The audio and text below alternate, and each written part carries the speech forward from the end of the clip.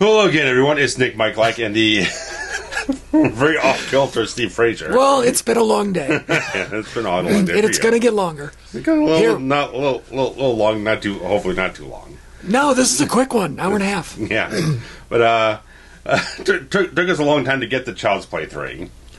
Took us a lot longer to get to it than they actually took to make the movie. Yeah. Yeah, I mean, it was about maybe 3 or 4 times as long. We'll get to that in a second here. But, guys, obviously commentary for Child's Play 3. If you have your own copy, you can sync it up with our audio commentary by getting your timestamp over to 0. Gets your subtitles to turn on to follow along with all the random dialogue. And we're going to get past all of those bullshit menus with the FBI and all that stuff. Yeah, if you got the Blu-ray, there's a bunch of weird crap and then just loads right into the movie. There's no menu. Right, so you need that old-timey Universal logo. Yeah. Is where we're starting. Yeah, so guys, get your subtitles turned on, timestamp to 0, and in 3, 2, 1, play. There's that old-timey Universal logo right. I was just talking about. Right. So what did we say? It was like 9 months? 9-month turnaround, because the you couldn't even have a baby, second potentially. film was in... If you went on a date the night of 2 and impregnated your wife, she might not given birth. She might not have even given birth by the time this came out. So they released 2 in November of 90, and this came out in August of 91. We are doing this in honor of the 30th anniversary. Yes.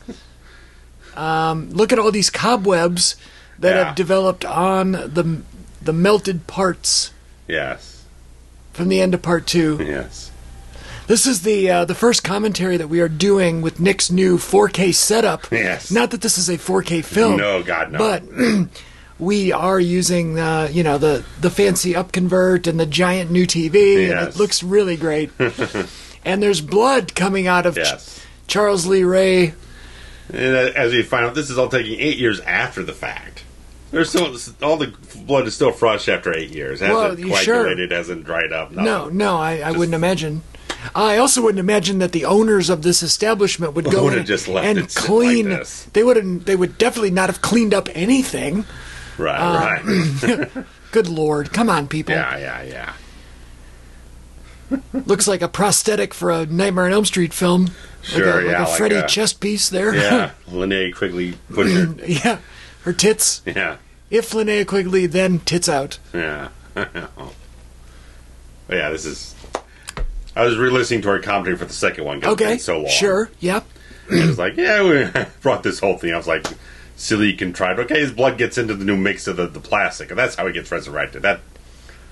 Well... whatever. And this is like, what is this, a James Bond open here? Right, sure. Get out of here with this. Yeah.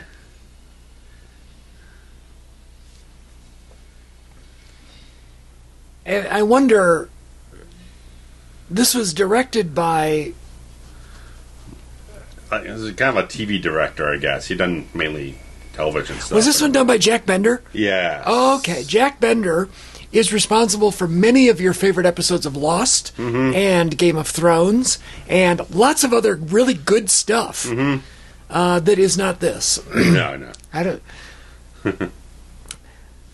Andrew Robinson, who I met some years ago. Oh, you did? Yes, I have his autograph. I would love to meet Brad Dourif so bad. Well, the blood didn't even get mixed in the paint. It's just it's just on there. Mm-hmm.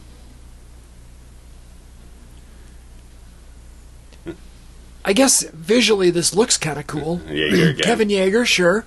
Also responsible for the Freddy Krueger face prosthetics. So, I think he did more than part 2, didn't he? I think he did at least through 2, 3, 4. I was looking at this first Edward. The name looked familiar. He apparently worked on a lot of John Carpenter films from like 86 to 98. Okay. And John R. Leonetti is the director of photography here. But I'm going to go off and direct Mortal Kombat Annihilation, which is one of the worst films you've ever seen. Well, I have not seen it, so I guess... It's one of the worst films you have ever seen. I went to the theater to see that pile of garbage. Then I'm sorry. Then there's some other film he directed as well, and he directed Annabelle, Okay. Which is one of those Conjuring spinoffs. Sure. One of the Conjuring spinoffs that everyone just thought was really bad. So it was. I saw that one. Guy's a great DP, not a good director. I did see Annabelle, and I did not like it. Yeah, so feel like his cinematography, not his direction. The films he directed are not very good.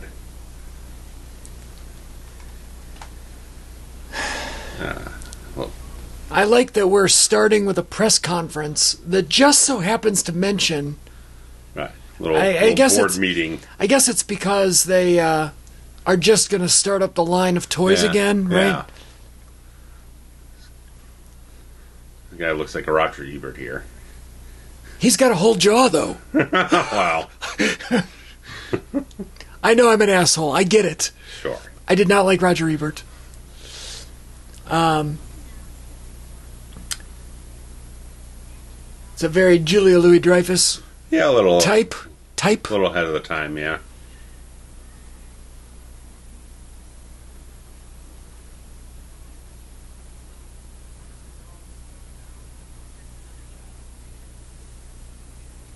This guy definitely looks like he's the CEO of something.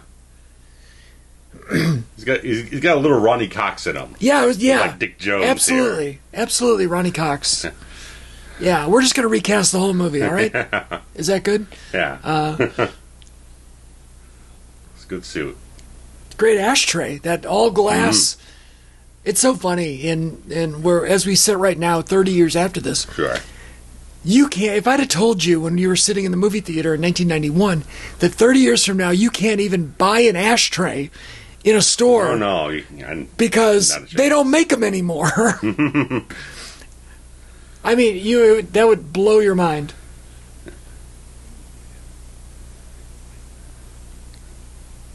We're moving ahead. He's got a little. I feel like he's got a little Kevin Costner in him too. Tad.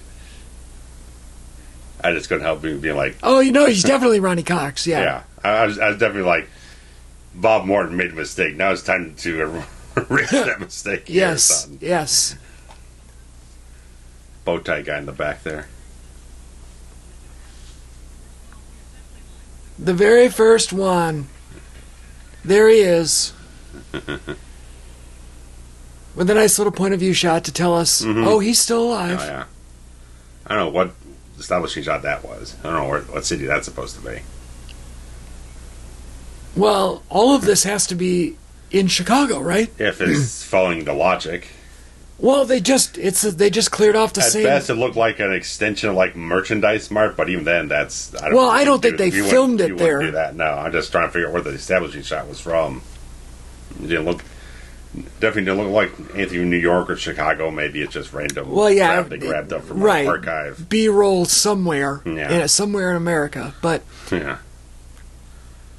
Why would we not assume that this headquarters is the same headquarters that was in Chicago? Mm-hmm.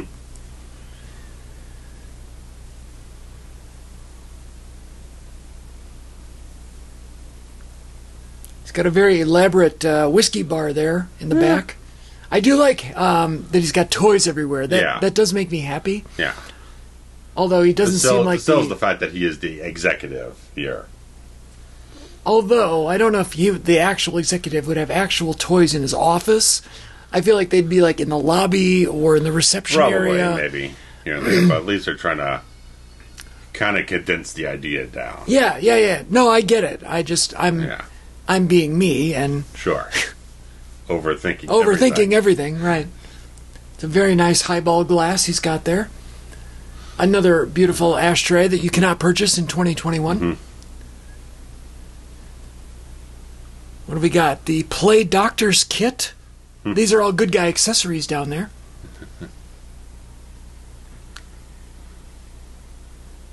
Good cigar. Yeah. I like the train up in the air. Yeah. That's nice. I was going to say, the entire art direction is perfectly early 90s. It was all black and gray. And glass. Went into any kind of corporate office, it was all black and gray. Black and with glass accents. Marble and everything. Yes. Yeah, it was all perfect right in there. Yeah, glass, glass statues and vases and everything were very, very popular.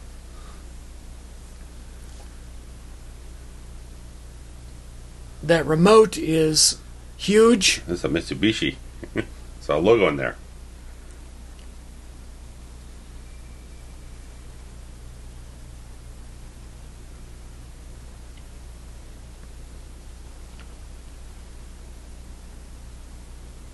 I never quite understood why all of these executive scenes sat in their, like, it showed the executives sitting in their office after hours, drinking and watching TV. Sure. Like, I feel like this is a very common setup. And yeah. Don't they ever just go home? Like, wouldn't he do this at home? Wouldn't he be, He's not be working. part of some kind of executive club somewhere? He'd go in after hours. Yeah, he's not working. Have a brandy or something, or a bourbon. There was a good run by there. Yeah. Possibly a little person. Sure. There's not a ton of background on this film. I was looking around, I was like, there's not a lot of people want to really talked about it in any type of way. Just like Sue just kind of pushed Don Mancini to put the next sequel into turnaround real fast, and he had a couple ideas, and they didn't have the money for it, and wasn't a whole lot else I could dig up about production wise. It would be like 5 years before the next one, right? Yeah, 98. Yeah, 7 years. Oh, 7 years. There you go. So we went from 9 months to 7 years. Yeah. It took them that long to come up with an idea. Yeah.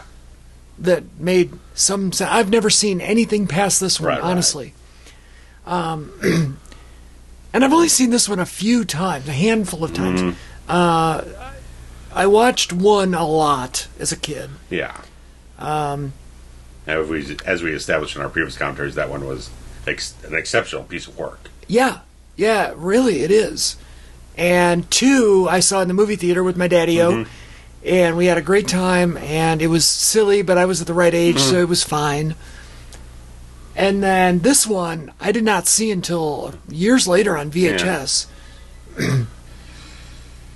I had to check the home video release dates, because back in the early 90s, you never quite sure. It's like, depending on how long it played in theaters, it might have taken a year, it might have taken longer.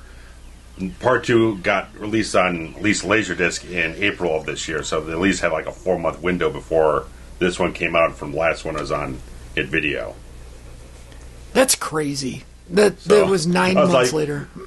It's like, if there's still like almost like a year around turnaround, it's like, is the second one even on video by the time this thing hits theaters? That would have been crazier.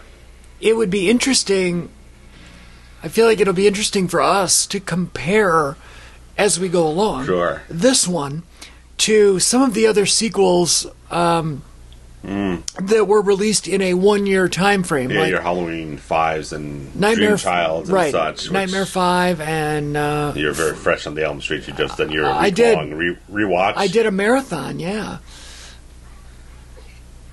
It's very weird, because didn't they just say this is the first one off the assembly line, or has he had just one sitting in his office for 8 years? He got the very first one off the assembly line, and there is zero explanation as to why there are 2. Exactly. There was not 2 boxes. Right. Now there's a 3rd, because now there's actual Chucky.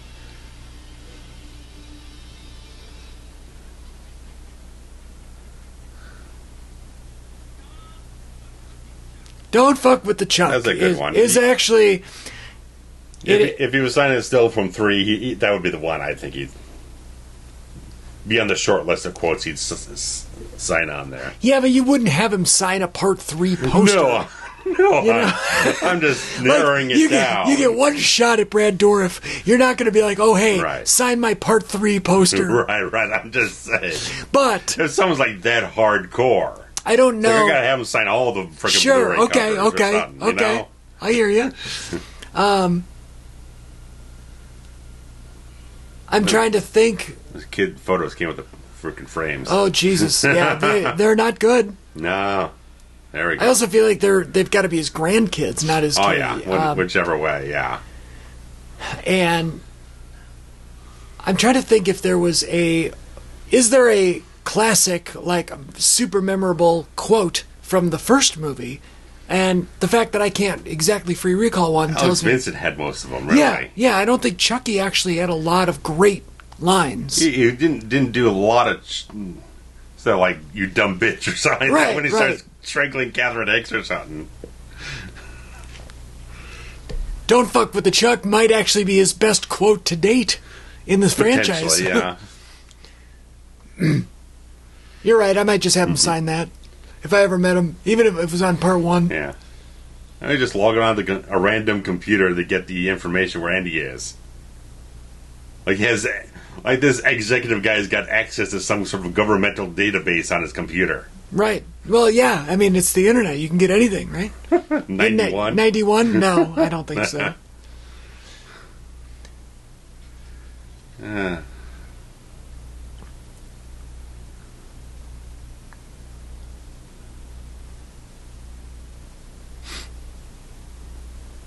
Did they establish... I guess not. I was going to say, do we know where this... Like a state or something? Well, yeah, like where this school is located. Not that I'm aware of. In relation to Chicago. No. It actually kind of looks like...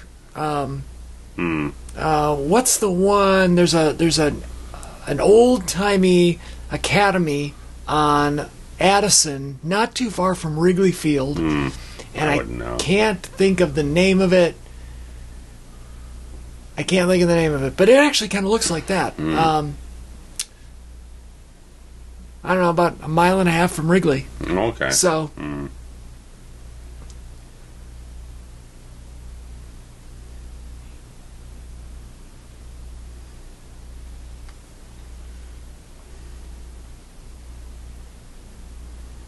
So here we go, 16-year-old Andy Barclay. Yeah. Decent casting on, Yeah.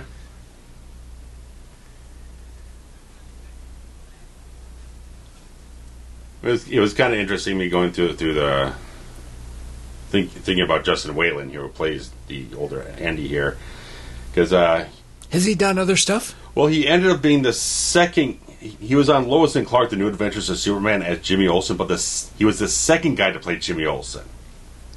The first guy was actually, if you remember, Final Destination 2, the main cop in the movie. I would know him if I saw him, but I can't free recall it. Well, regardless of that, he was the first guy from Final. The main cop from Final Destination 2 was the original guy cast as Jimmy Olsen. Okay. But they kicked him off after season 1 because you look too much like Dean Cain. Okay. So they cast him instead, who looks nothing like him whatsoever. Well, personally, I prefer the first guy, Michael Landis. Okay. So. That Colonel or whatever his name is, the head general or whatever the case was. His name was Cochran. I don't think it was it wasn't Colonel Cochran. No. Andy Ramsey, man, he is phenomenal. This guy? Yeah. He's got a great mustache. Oh, he's great. I mean, I didn't chat him up much when I met him. I was a little kind of hesitant on chatting people up at the time, but he was really enthusiastic, real pleased to talk with people, engage. And I'll come back to him in just a second. Sure. I am very depressed right now that Andy's beautiful coif is about to be. I mean, I was trying to figure out if right now he's wearing a wig or not, because it does kind of look like it, doesn't it? Because when he plays Jimmy Olsen in a couple of years, he has basically this hairstyle, but it looks the forehead looks a tad off. It definitely looks like it's sitting He's up. going to crew cut him here. No, maybe. Usually you can see a line at the top of the forehead. I was kind of debating it back and forth because he's a little younger than what I've seen him before. But your boy there is really yanking on him. Oh, yeah. Not to say that they can't, like, glue it down, but... Sure. You're a little bit more careful with it. I feel like that might have been real hair. Yeah.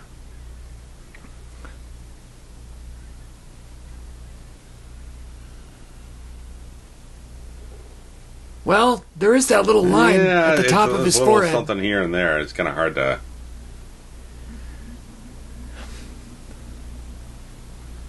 And, of course, this little kid is all about it. It would be terrifying if you were Andy. Yeah. Seeing this again, yeah.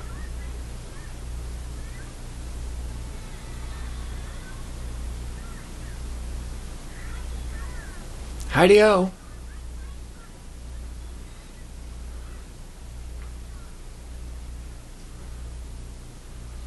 I do really like that good guy doll. I think I did consider purchasing one of those replicas. Yeah. I'm happy enough that I was able to hold a screen-used Chucky from Part 1. It's a great photo of me holding it, scaring the crap out of my friend Anne, who in the same photo. She was terrified, but I made her take the picture with me anyway. I'm like, it's just a doll. Just a doll. Basically, I was Catherine Hicks in that scenario, and she was Andy. Yeah, afraid, and I was like, what are you talking about? Oh, classic hazing. Yeah. Look at that nose on this guy. Think he's a Jew? Look at this hair.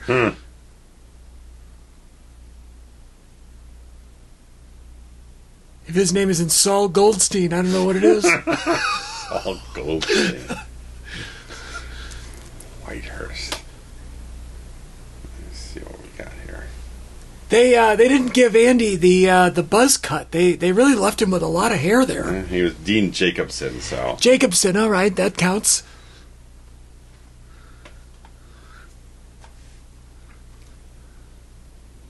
Nice. Looks just like the shoes that Hulk Hogan gave to Hillbilly Jim back in 1986. Okay. You don't remember this angle? I don't recall. Oh. See, Hillbilly Jim was a hillbilly who had no good clothes. Okay. So his best friend Hulk Hogan gave him a pair of shiny boots. Okay. I mean, they were like patent leather, like Sure. polishable boots. And I don't know, he looked really ridiculous in them because he was in bib overalls and then shiny boots like that. Sure. Look at this guy.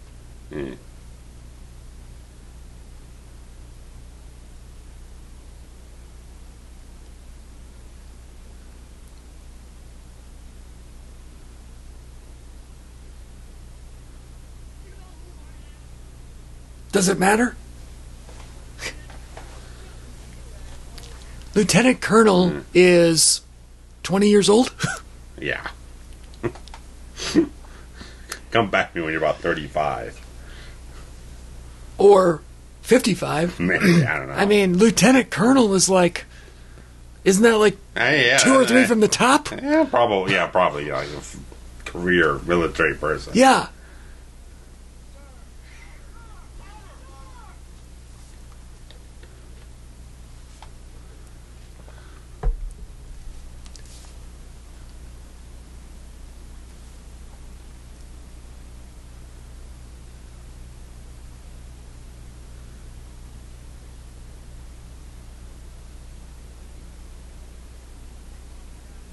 I don't know.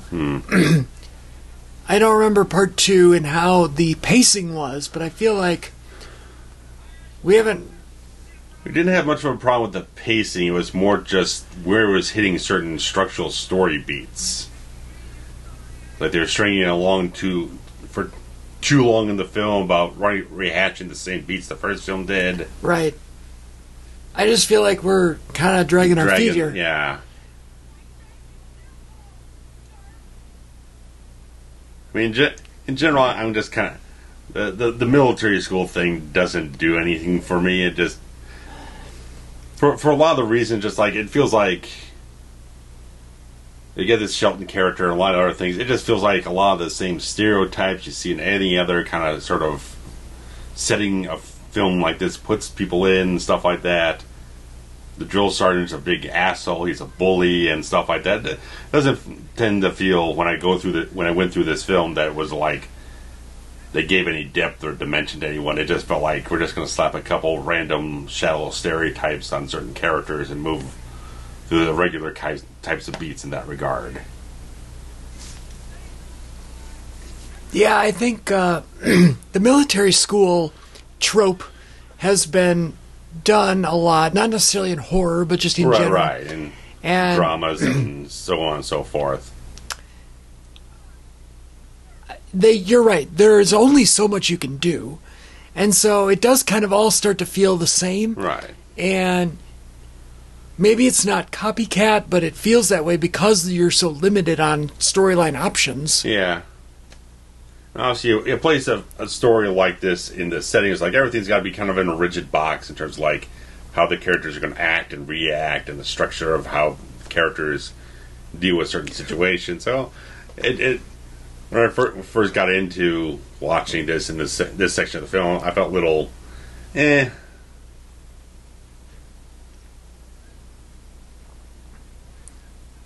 just didn't seem like the most exciting idea you could go with. If it was just like a private school or something like that, I think that would open it up for a little bit more dynamics and sure how you deal with things. But as it's a military, it's like there's a certain structure of different characters they have to deal with, and they're going to run into certain types of obstacles. So it's going to be a little less than inspired. These movies are also all predicated on dramatic irony, which I hate. Right. We already know everything about Chucky, what he's going to do, what he's after. And we're going to wait 45 minutes before we get to the point of it. Sure.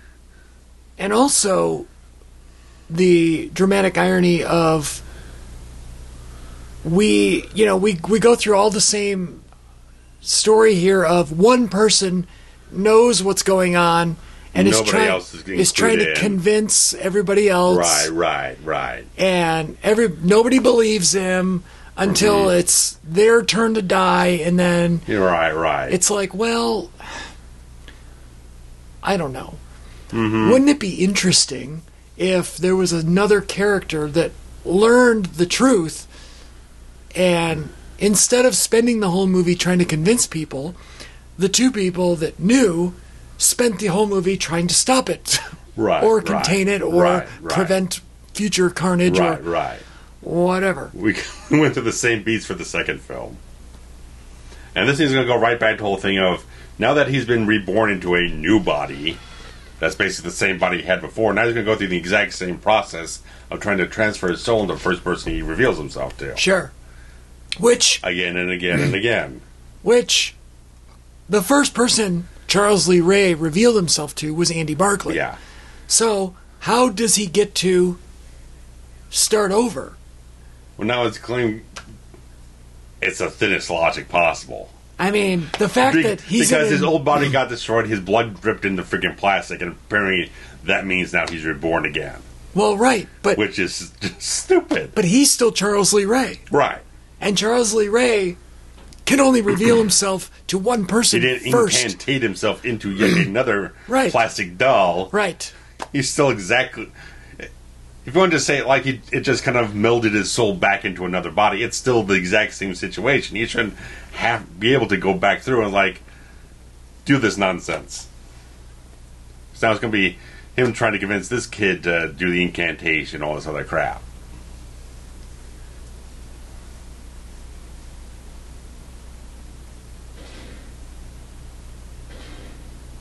The story worked just fine if you just cut that part out. It's just a revenge tale.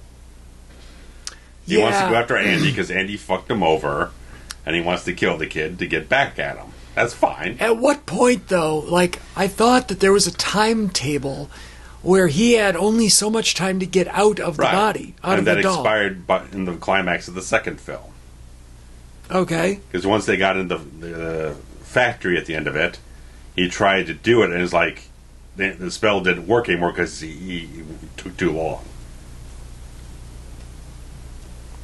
So he was stuck there. I mean, Voodoo Guy in the first one didn't give him a set time frame, but the more your body begins to become more organic inside of the plastic doll, the more that it cements you into this prison. And now that he's in a new doll, he can just get out again? That's what they're claiming. It's bad. It's really bad. Yeah, that doesn't make any sense. No. I'm not saying that you and I could do any better, but... No, not in 9 months. Well, technically not even 9 months. Right. But because 2 gets released in November, they started shooting in February the following year, so they had 3 months. I mean, you and I could come up with something, but I don't know if it would be... Worth a goddamn. I mean, at least we would use the logic like actual logic. Right. I don't know how. I don't know. Yeah, it's... You missed.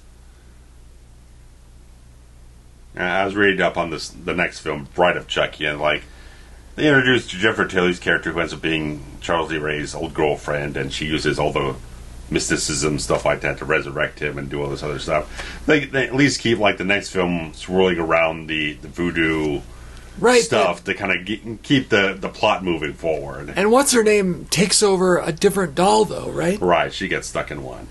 I don't know the specifics. I'm just looking at random bits and pieces. I need to watch it. Yeah, so I kept wondering how old this kid was. Apparently, he was about 8 years old when they were filming this. There's our classic clouds. Yeah.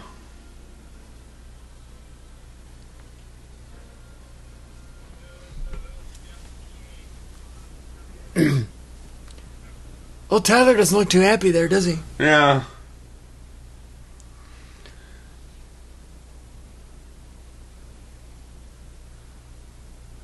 Oh, no.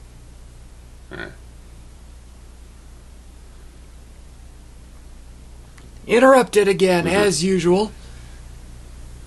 I don't know if I buy this guy as the head Cochran. I don't know if the guy on the right looks more like the head. Yeah, he looks more square-shouldered guy. The head of military. Yeah. This guy looks like he should be selling me insurance. Sure.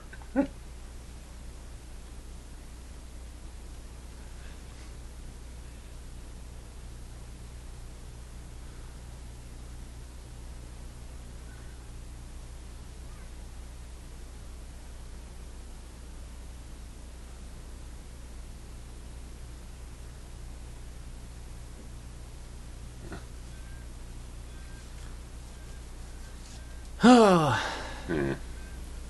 Military stuff. Yeah. It's very dry. That's the problem for me.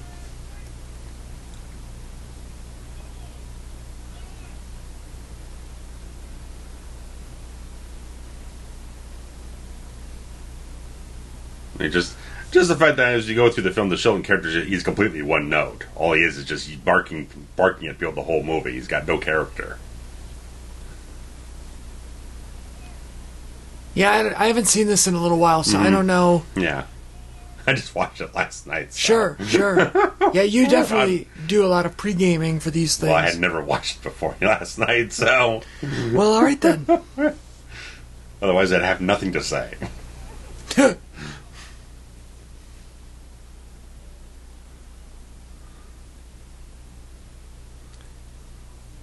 Lane Tech is the name of the university that I was thinking of on Addison.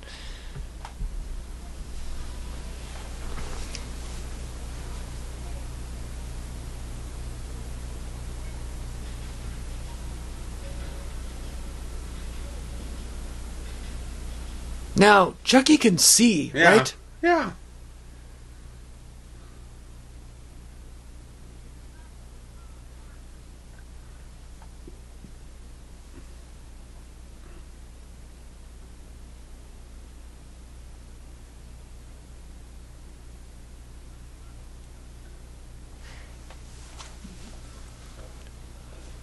I don't know at this point. It's very slow.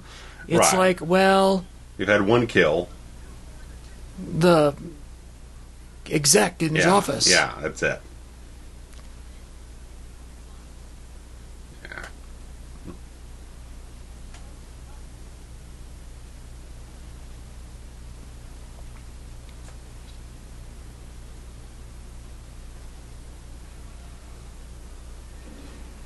I feel like we need to be waiting. We're waiting for maybe not horror, but at least a sense of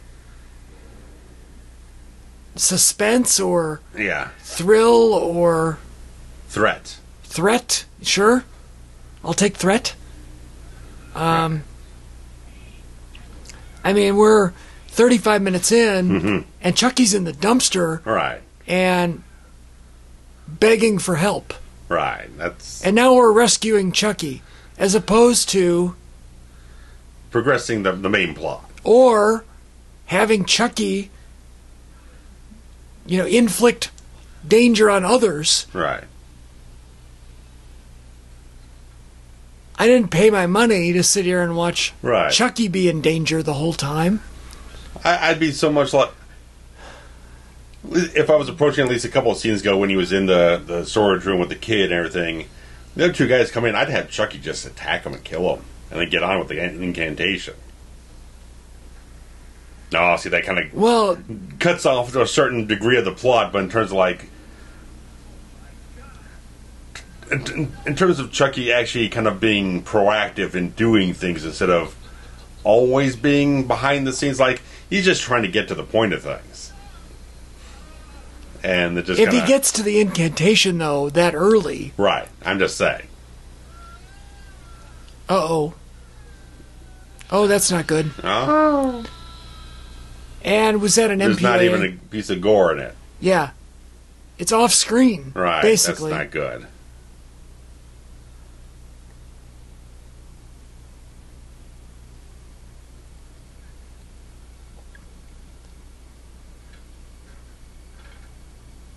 Like, you know how to work that thing, you dumb dick. Get out of there.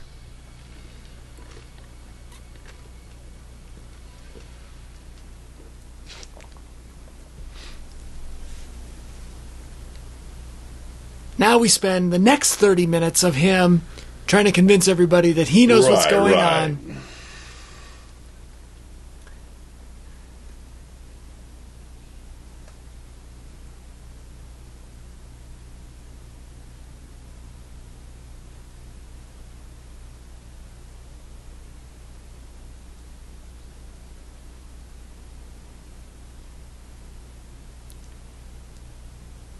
Does he have to go through the process of telling his story? No, he doesn't.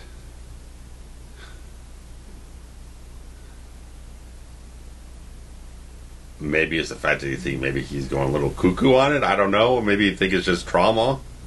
But, I don't know. I guess he didn't. It's not like it's a theme that's explored in the movie. It's just me perceiving something into the scene. I kind of like that he did not offer up, a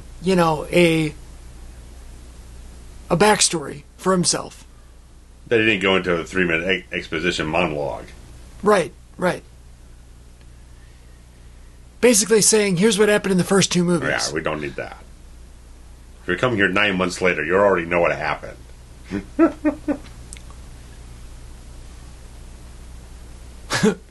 It's unbelievable, 9-month turnaround.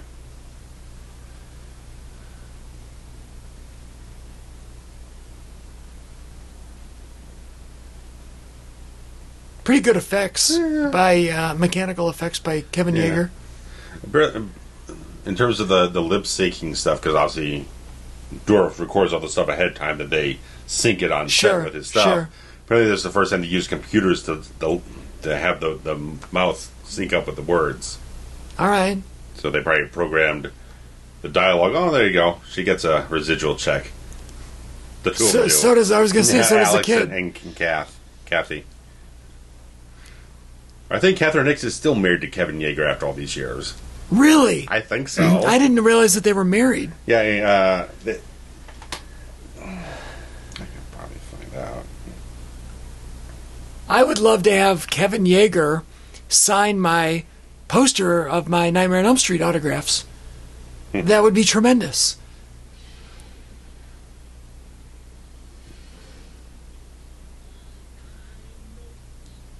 Yeah, she's been married to him since 1990. So they must have met on Child's Play. Yeah. And despite the fact he keeps working on these films, they never bring her character back because, I don't know, they don't want to pay her or something. Well, yeah, I'm sure that was the case. So.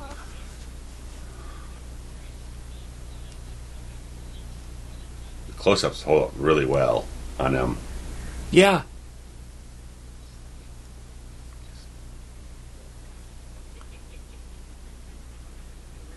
So he being Kevin Yeager, Right. did Child's Play and Dream Master in '88. Yeah, so. And what a great year for him. I mean, I'm sure he's had a lot of great years. And meets Catherine Hicks. I don't know if Yeager did the makeup for Dream Child. I don't remember. I think they had like Beekler and K&B and a few other people. It was a hot mess. Sign everyone you can, because we gotta get this up. We gotta get this done in like 3 weeks. Right.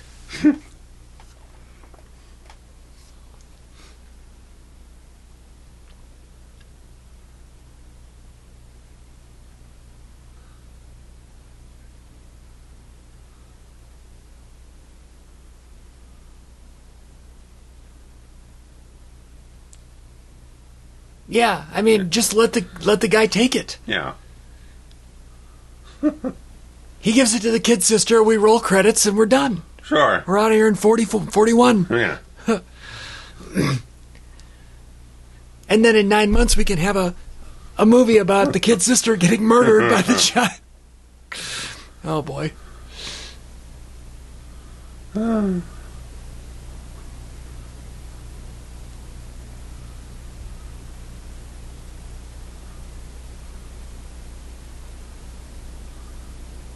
Those are cannons.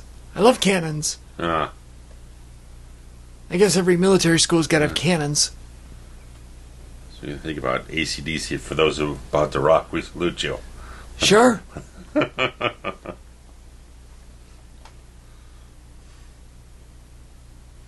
He's got the Power Stick deodorant there. Yeah. Is that the one that Hulk Hogan was the spokesman for? I don't recall. You don't remember those Hulk Hogan? I'm talking a lot about Hulk Hogan today. I'm sorry. Hulk Hogan did deodorant commercials, and I don't remember what. You got a lot of licensing what deals. the branding a lot was. of sponsorships. I'm going to look it up.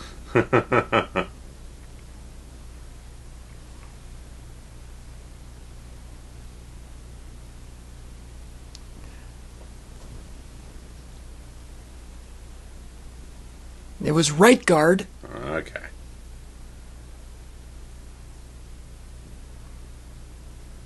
You really don't remember these commercials where you had the palette of paint? I don't recall. You don't remember this at all? I don't remember. It was Right Guard Sports Stick. What did that one say?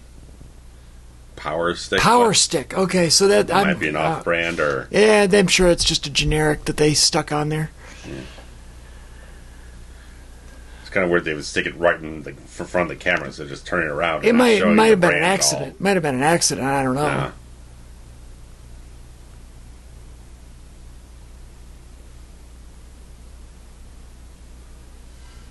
That's a hell of a knife. It's like fucking Rambo.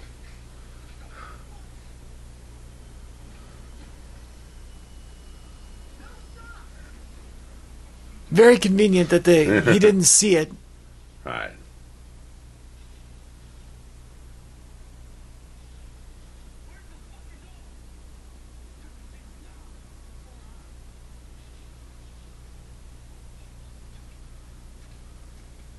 Is that legal for him to just choke him out in his... I mean, I guess in the military you can get away with anything you want, right? Yeah.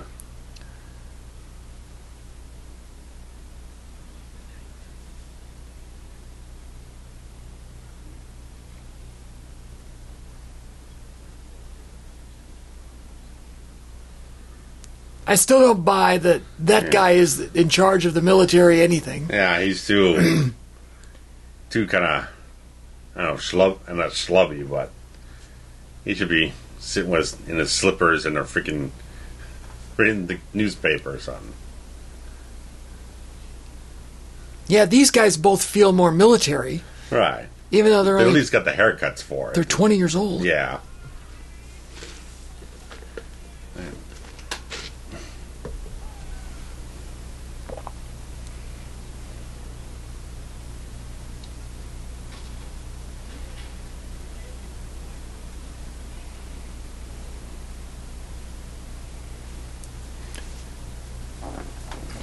That's a hell of a lamp there, when the old Revolutionary War lamp.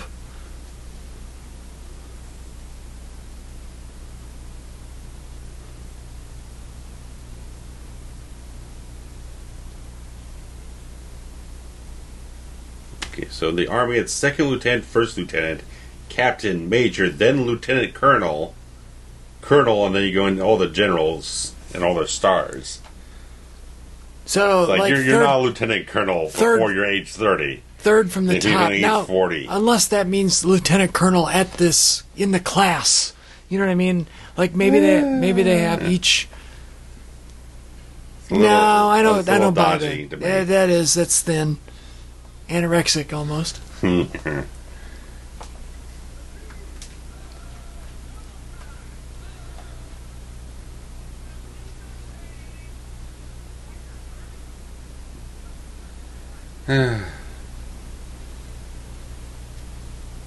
Yeah, we need some action here. There's nothing happening. No, it's just... Except people... Well... The military discipline stuff has taken over the film too much. And it's all predicated on the idea that... It's all been out shit about the doll. The doll, right. It's like, get over it, pal. It all stems from just the fact that this Shelton guy, he is just a dick. Well, sure. He's a dick for dick's sake. Yeah. Like I said, there's no development of a character. It's just there to be an obstacle in the plot. Is it bothersome to anybody but me that this little kid, who's 8-ish years old, is just perfectly fine with the fact that this doll is alive and walking around? Right.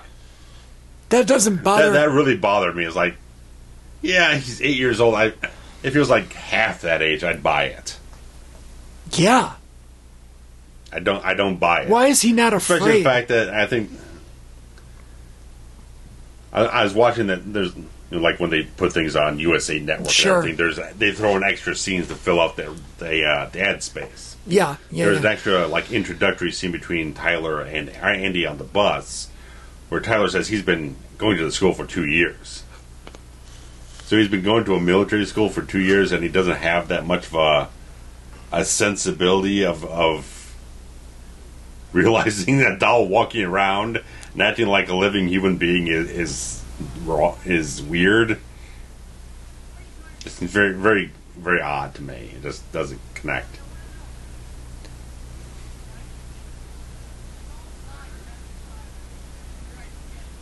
Yeah.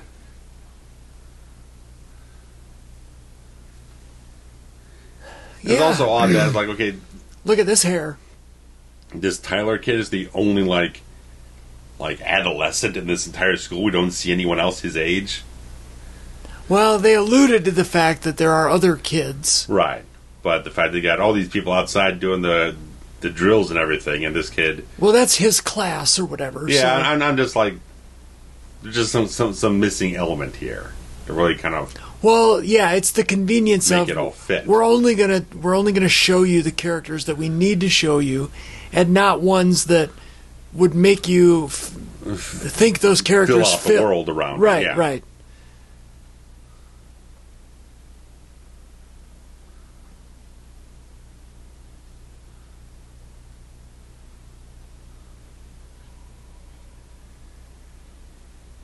How convenient that they turned around right before reading the article about the doll. Right. I still want to know how the toy guy had his whereabouts on his computer. Yeah.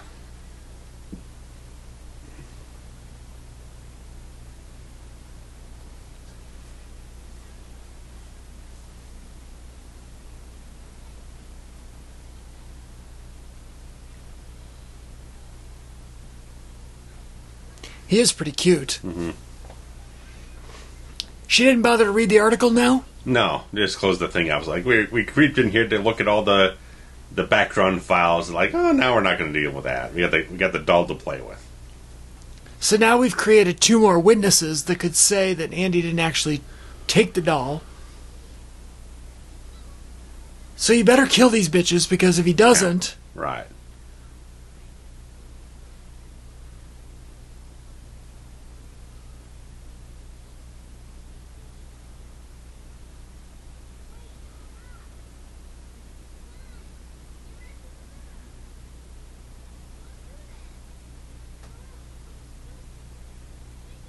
And now we're like, here was a chance to have him lash out and just start cutting some people build off. Suspense, right? Because clearly he's pissed about the whole thing. Right. Why wouldn't he just freak out and kill both of them? Because he doesn't. They're almost adhering too much to the whole thing of him being like undercover, incognito type of thing. I don't think there's as much need for it here. No. What is he wearing? He's the guy's the general? Yeah, I taking orders from this guy. No. You kidding me? Nah, he's just sweeping up the floors or something. The only orders I'm taking from him are at the McDonald's drive-thru, right?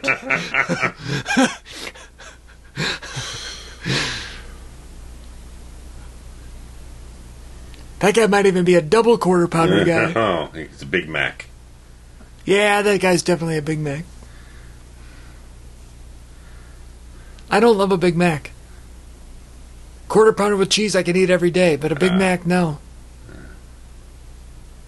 He got the supersized fries. Oh, 100%. Oh, yeah. I don't know if supersized was a thing at this point. No, but he would have been. If it was an option. Do we miss supersize or not? I'm not sure if we missed it or not. I think we got over it. I don't miss it.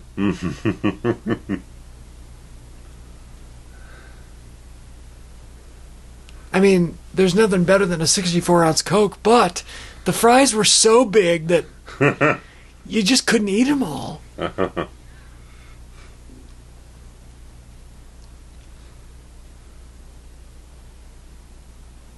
Now you're going to get it.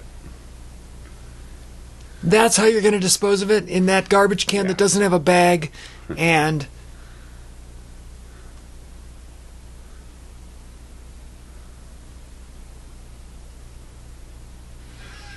There we go. That's what he should have done to the girls. And then he has a heart attack. That's a cop-out. Exactly. Chucky is expressing everything we're thinking as the viewers. Chucky is the best character in this film. And you can see how franchise is kind of...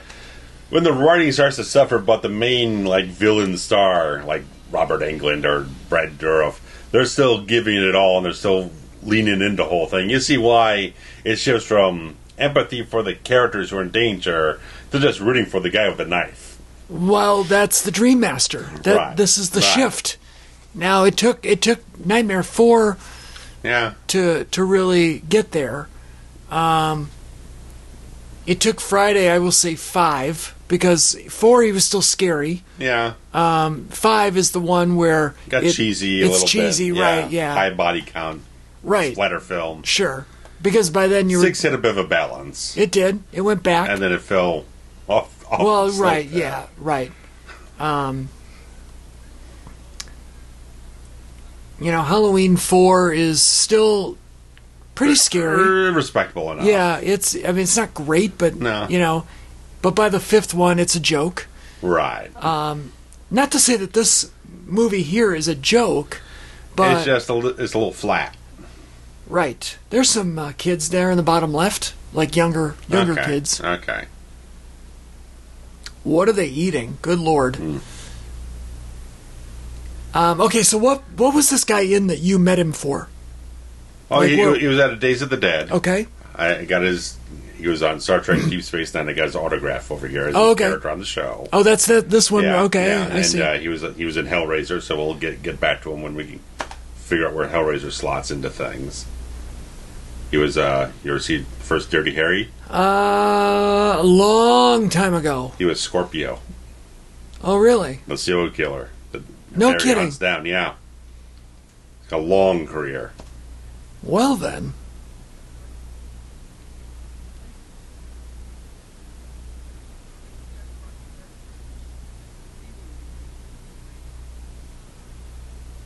It's kind of interesting. He goes down the lines like, I'll see you one day, I'll see you Tuesday. You're going to do one haircut a day? Well, no, he's I know. He's prognosticating at what point they will need the right, I'm just saying. Your hair's not going to make that much of a difference from Monday to Tuesday. Well, if you're that much of a pro, you can spot the difference. That's what they're insinuating. That guy on the right looks more like a colonel than old a little bit more. Heart attack Cochran.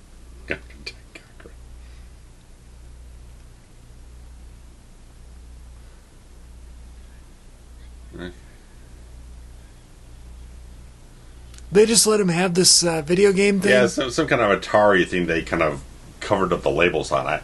At first, like, it's too early to be a Game Gear. Yeah. And it's a little oversized for it, so apparently it was some kind of early Atari handheld thing. Okay, sure.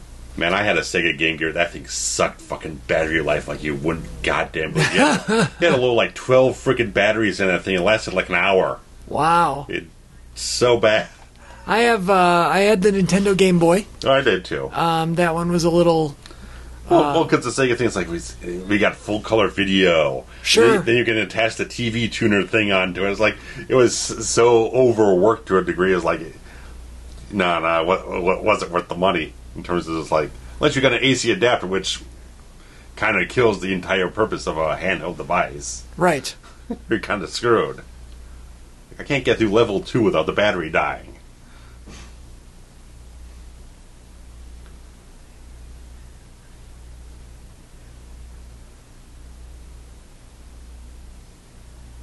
Ow! Jesus. I honestly wish there was more of him in the film. He's really, really good. What is the point of his character at this He doesn't have much of a point to it, no. They don't utilize him enough to really develop a point to it. Because in theory right now... It's only like his third scene in the movie. All of them could have been cut, and it would not have changed the plot one bit. Right. You could have made him the freaking general or something like that. Something. I just think he's such a good actor. Just in general, he's such a good actor, but just in this role, he's putting a lot of effort into making a very distinct character that a lot of people aren't doing in the film as much. They're not capitalizing on doing more with what they have. This movie would have benefited, I believe, with if there was an adult figure that was a confidant of Andy's. Sure. That somebody that he could trust to either just give him the benefit of the doubt, spill his heart out to, sure, or attempt to tell the story, develop a character, a bond, empathy, and, right. and move somewhere, something somewhere. So I feel like this was the perfect guy to do it. Sure, he's entirely capable of doing it if they wanted to write it that way, and still made him kind of quirky in this regard. I mean, he's not so much of a villainy type way. He's just a little. He's just a character with a certain. Not even so much antagonistic. He's just a little interesting in the regard of what he is. Right. Well, he's quirky. Yeah. Eccentric. I don't know what the word is. Yeah. I feel it's an okay death, but it's a little. It's a little quick. For as long as we've been waiting for something to really happen, I would have liked to see a little bit more of a prolonged sort of sequence of some sort. We're almost an hour in. Yeah. So we're 2/3. We're long in the tooth now. And now, here's another guy that's already better than Cochran. Oh yeah, he's got the luck. It's almost Army-esque. Why is Gibson 3 feet taller than everybody else? So we finally have somebody else who has witnessed and lived, right. and now that isn't 8 years old and afraid, right. or not afraid. So now it's interesting, right. for the first time. Right. We have a dynamic to work with. Somebody who realizes that he's been telling the truth the whole time. Right.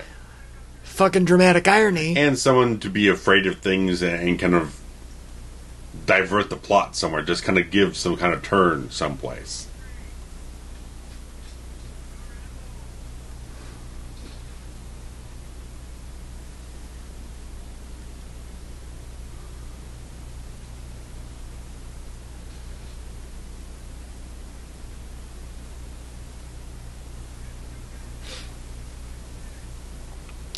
Right out of Jason Lives. Jason Lives, yeah. How do you feel about these berets that are like folded over? I wouldn't care to wear them, but they look okay for them. I think it's kind of a cool look. Yeah, it works. Me wearing it would drive me crazy. I like more symmetrical type of things. I hear you. Of course, it's good.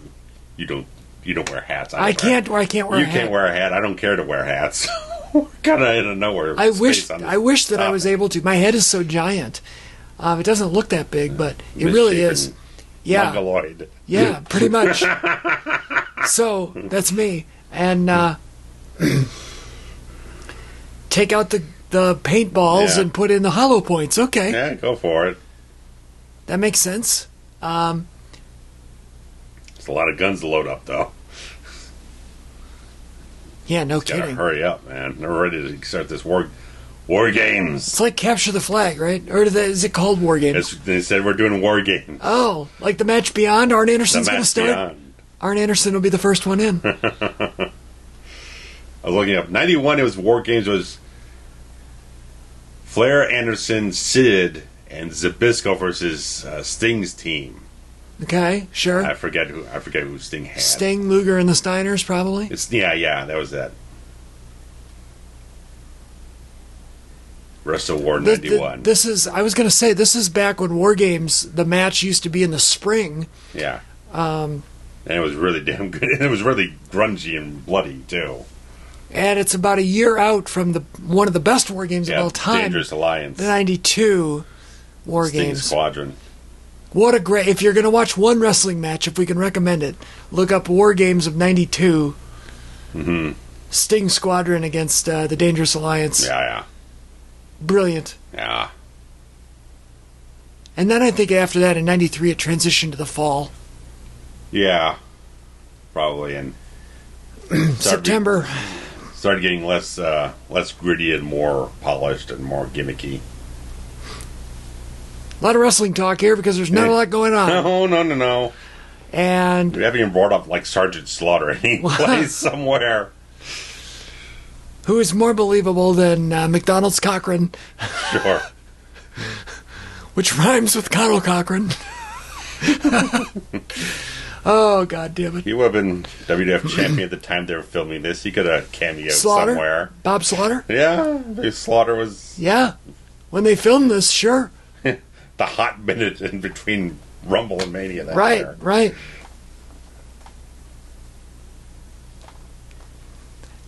Do you think it's possible?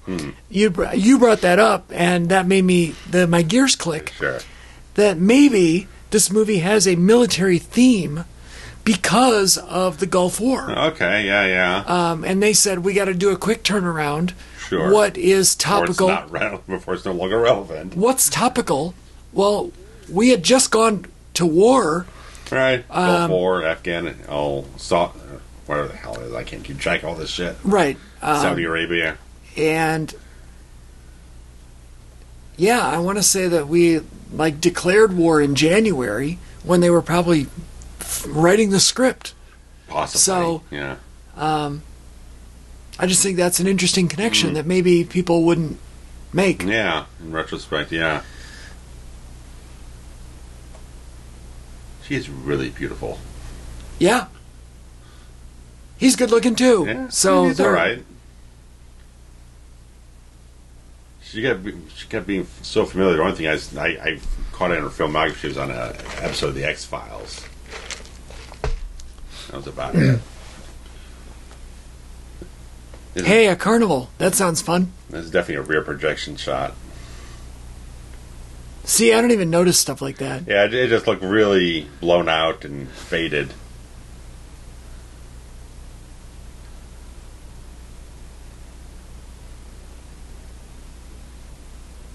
A chipmunk?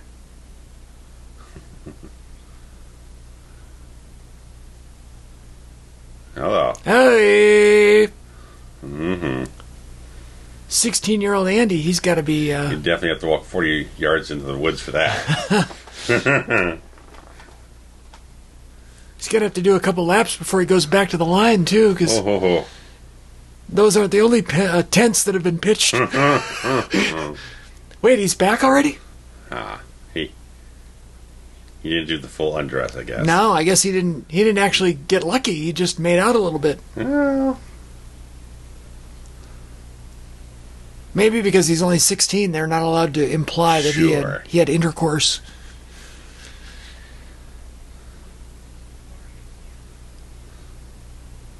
Is this Jew here not told Andy? He hasn't told nobody nothing.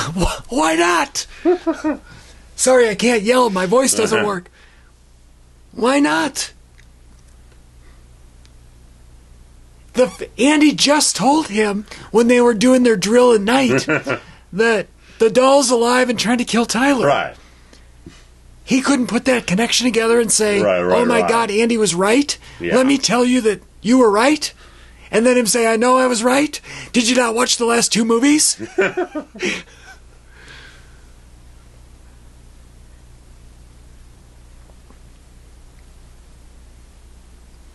Red team is the one that has the actual bullets, right? Okay.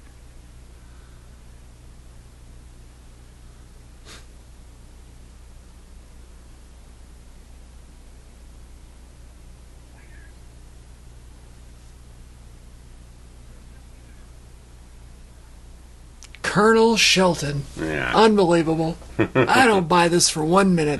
Yeah.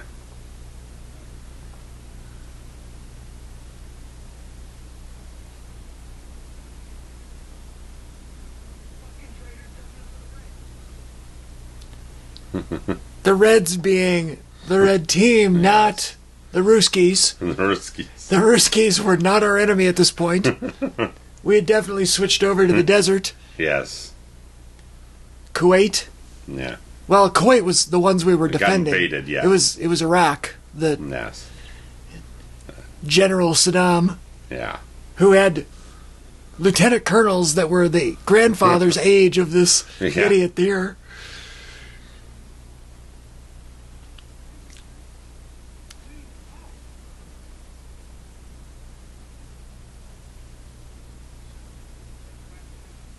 Here, that guy reminds me of Whitehurst. Reminds me of that character on the Wonder Years.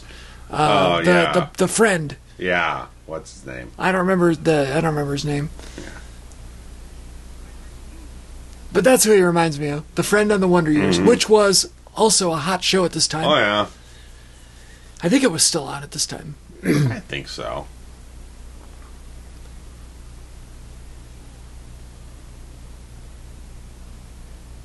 Meanwhile, this kid's just walking around with this talking doll. Yeah. And the doll's not thinking anything of it. The doll's not trying to do anything to him. Yeah, what is this? It just doesn't. The way Chucky is going about things doesn't quite tighten right. I understand Chucky wants to go ahead and do some mayhem and stuff like that. But after what he'd just been through in the second film, where he waited too long to do the thing with Andy, you'd think he'd be like, as soon as I have an opportunity and everyone's kind of cleared out of the goddamn freaking campus, go for it.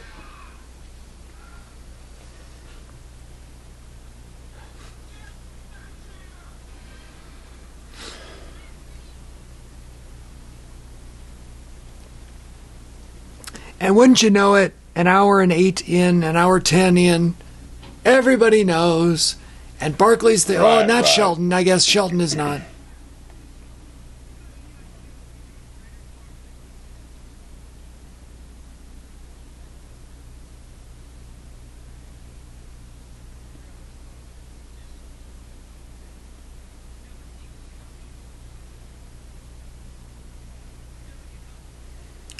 Nobody copies. And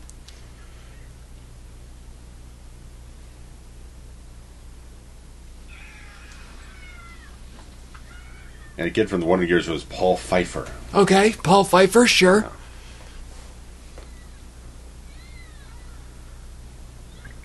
Pfeiffer, is that a Jew name as well? Because that kid was definitely Jewish. Please don't mistake this for me hating on the Jews. I love the Jews. Yeah. I'm an honorary Jew myself.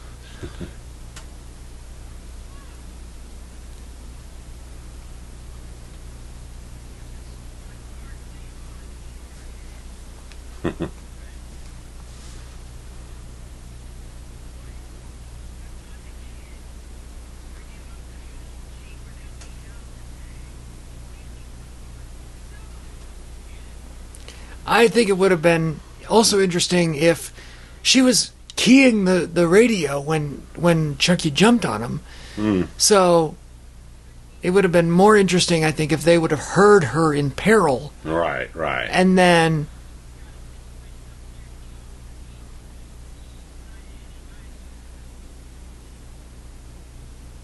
you didn't even change the frequency or anything. You're still talking to the same people. Right. I don't know. I feel like there was a way to make this a little bit more exciting, a little more tension. Right. I guess, thinking that it was just the other team is one thing, but yeah.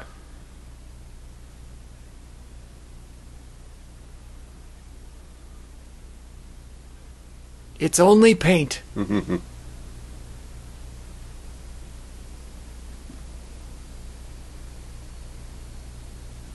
My guess is that they were designing this character, Shelton, to be such a miserable prick. Yeah. And you to dislike him so much that when he dies, the audience stands up and cheers. Right. Like they did when Paris Hilton dies in House of Wax. Sure. When people legitimately clapped and cheered in the movie theater.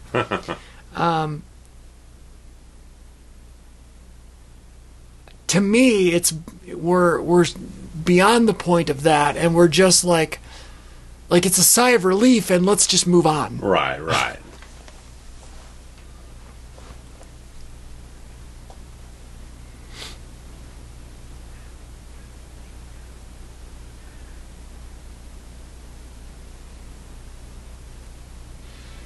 I think there could have been more story here in the war games. Sure. If we'd have done less time,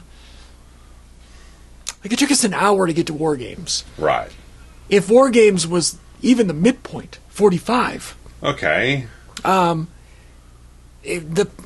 Maybe a little urgency. I think there could have been more story here. Sure.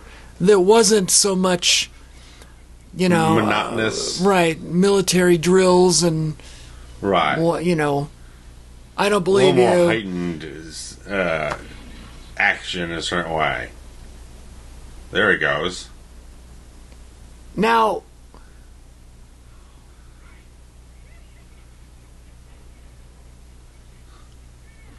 I guess you had to have. My first gut reaction was he should have been shot somewhere other than a kill shot, right. So they had time to register. Right. The situation. Realize what was going on. However... And build up a little bit more towards the actual peril, and then cut him off. If...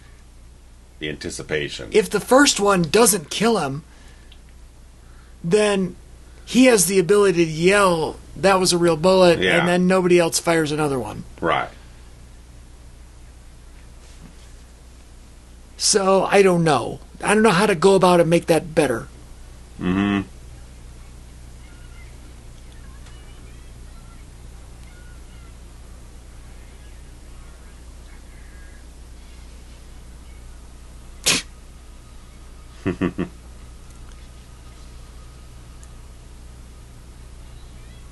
Get it, Pfeiffer?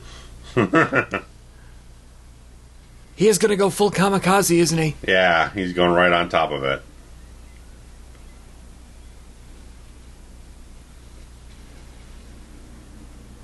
Oof. What a way to go. I wouldn't like it. No. I don't think I would like that one bit.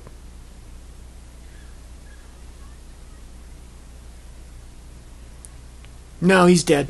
Mm-hmm. He also would not look that intact either.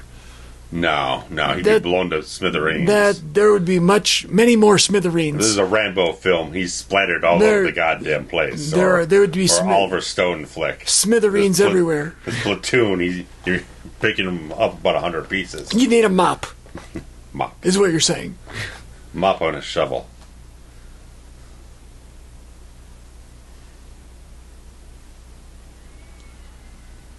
Carnivals are creepy. I like carnivals.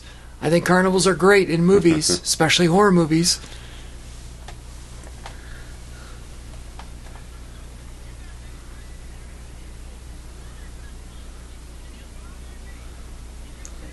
What is the deal with... Security guy. I mean, no point in that. I mean, I guess setting up Just security the fact tent. that he is. Right. There you go. That's what I like to see. Yeah. There's a jar of peanut butter and jelly over there, too, in case anybody wants to make a sandwich. It's grape, though, so fuck that. Oh, wow. I don't do grape jelly, sorry. Okay. A lot of guns. Cigarillo's there. And his Wrigley spearmint gum. Mm-hmm. I think it's that what it was. I only caught it for a second. I was too busy looking at the gun. What's with the green ooze and the water? Yeah, I don't know. It's like a light or something. Yeah, it's ectoplasm. Why does security tent need a balloon, oxygen tank, or whatever you call that, helium tank? There's that dragon coaster that everybody rides on when they're 6. That's so much fun. Cotton candy's wonderful. Everyone is walking around with these giant-ass stuffed toys that is impossible to win at a carnival. Yes. Meanwhile, every single person at this carnival has won one. Because every game is rigged. Right. You can't win anything. Here's a fun fact that nobody knows. When I was, I think, 16, the age of Andy Barkley, maybe 15, Sure. I actually got a job. I guess my first job, but it was all cash, so it didn't really amount to much. Sure. I was the assistant to a carny in a carny game for like a weekend. Okay. At a carnival. Okay. Type thing. It was like one of those ring toss deals. Okay. And I had a pouch of money, and I would sell people their rings. Off-screen death. Off-screen death. Why? Yeah, this thing's not hot on slasher kills. It really isn't. If you're not going to be hot on slasher kills, you better be hot on story and intensity and suspense. Yeah. This has none of that. I mean, we got off-screen kills. One guy gets a heart attack. One guy gets a near bloodless grenade explosion death. It's Don't forget the garbage truck guy. I mean, you've got Yeager here. Yeah, he's involved with the animatronics, but come on, man. Look at this sweater. Fuck me. You me. can whip up something, man. Who dressed that kid? The state? The Devil's Lair.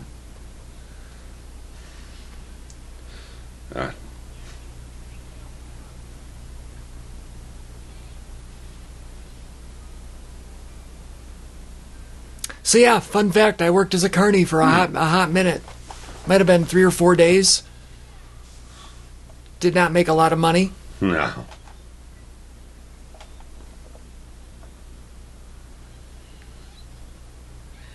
Don't act like you're scared kid in the back row. This is not scary. No. Oh, there she is again, afraid. Jesus Christ, girl.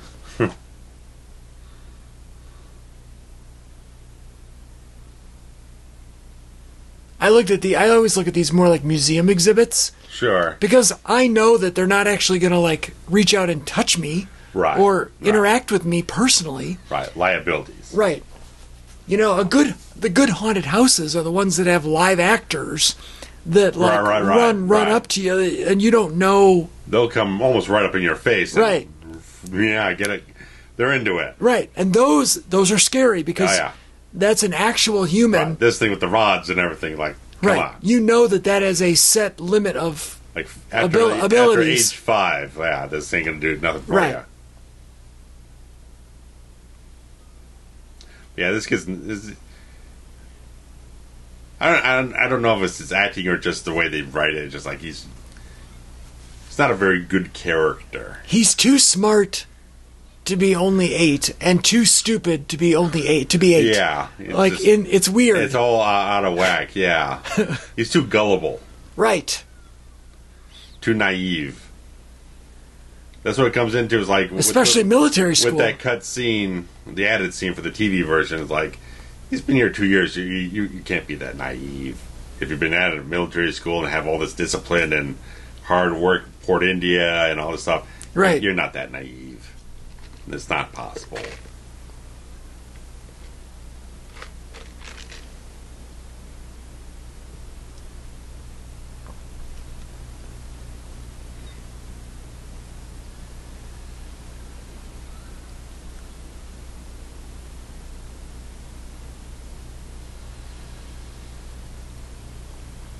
Careful, kid. Is that a gremlin? Looks like a gremlin. I don't know about that either. Maybe.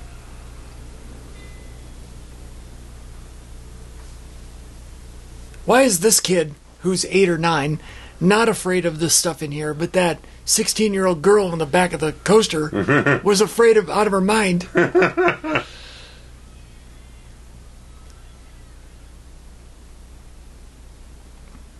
Chucky's freckles change every scene. Oh, wow. Oh, there you go. Sliced half his face off. Again. Now, Yeager's awesome. Oh. But at this point, Chucky, who is a real person, would be bleeding out and perhaps dying. It should be, but they're not portraying it that way. Because the logic has gone right out the friggin' window.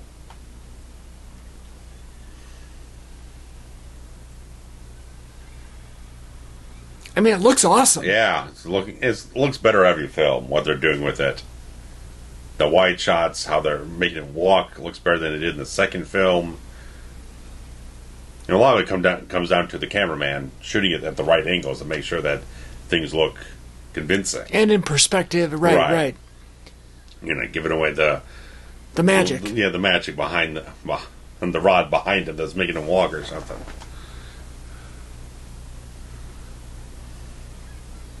I mean, it's a good-looking film. I'll say that much for the most part.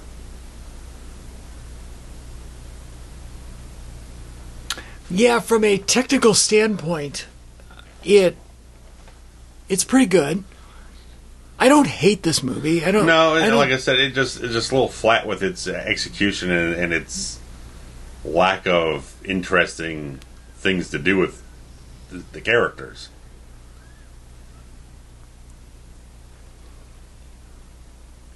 In the long run, military school wasn't even a requirement.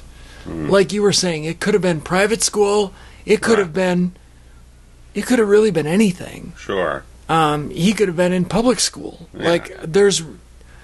The whole thing at the beginning seems like I've been kicked around from one foster family to the next, and I've become known as a troublemaker and stuff like that. So I understand. You need a set environment. I mean, I get from that setup they wrote in there why they would move him into this, but obviously, yeah, it's not necessary to put it in here. It just felt like, again, they haven't created any kind of like new story beats or story developments from one film to the next. It's basically the same template placed on a different scenario. So what we're saying is that this franchise and the Texas Chainsaw franchise are the same. To a degree. In that each film is basically a remake of the original concept. Mm-hmm. With diminishing returns, I mean, sure. Even compared to two, we had not debates, but we had criticisms about two that it also had like a lack of traction in getting the horror stuff and the slasher stuff going. This one's even more wanting on that level. Right.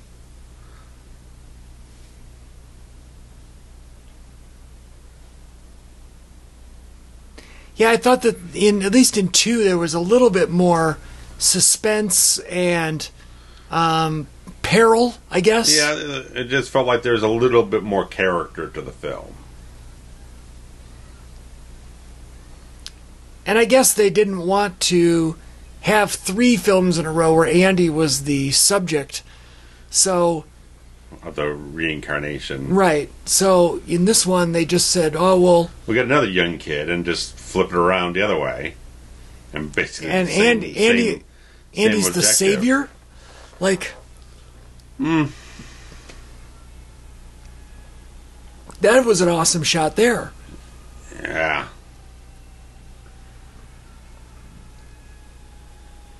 That's They're really beautiful. amping it up. It's awesome. Yeah. I wish that there was this much. I wish the first 2/3 of the movie had this feel. Yeah.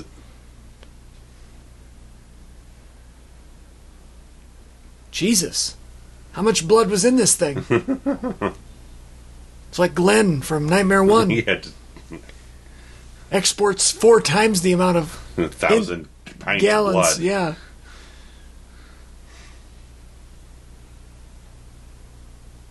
You see, they have to turn the set upside down. Well, no, they did not.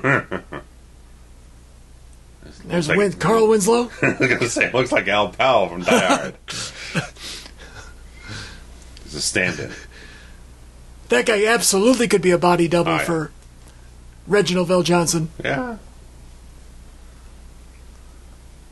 Which was a very popular TV show at this time. Oh, so yeah. Straight up. What is this character?